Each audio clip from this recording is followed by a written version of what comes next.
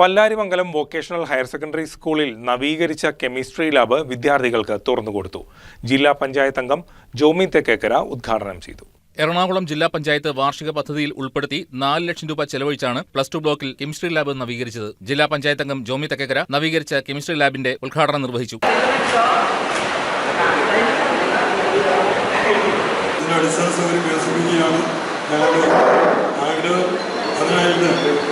നിരവധി കാര്യങ്ങൾ ഇനി പൂർത്തീകരിക്കാനുണ്ട്. അതെല്ലാം ഗ്രാമ ബ്ലോക്ക് ജില്ലാ പഞ്ചായത്തിൽ സംയുക്തമായി നമ്മളത് പരിശോധിച്ച് അതിനുള്ള ക്രമീകരണം നടത്താനാണ് തീരുമാനം.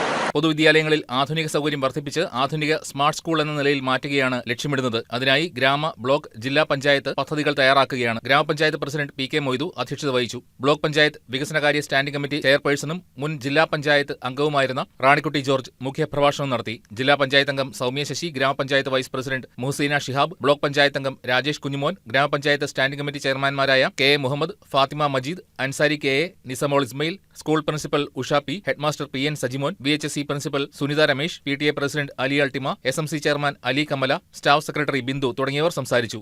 ഉദ്ഘാടന ചടങ്ങിൽ ലഹരി വിരുദ്ധതയ്ക്കും സ്ത്രീ ശാക്തീകരണവും വിഷയമാക്കി ഇംഗ്ലീഷ് ഭാഷ പ്രോത്സാഹിപ്പിക്കുന്നതിന്റെ ഭാഗമായി വിദ്യാർത്ഥികൾ തയ്യാറാക്കിയ കയ്യെഴുത്ത് മാസികയുടെ പ്രകാശനം നടന്നു. ഗ്രാമപഞ്ചായത്ത് പ്രസിഡന്റ് പി.കെ. മൊയ്തു പ്രകാശന കർമ്മം നിർവഹിച്ചു.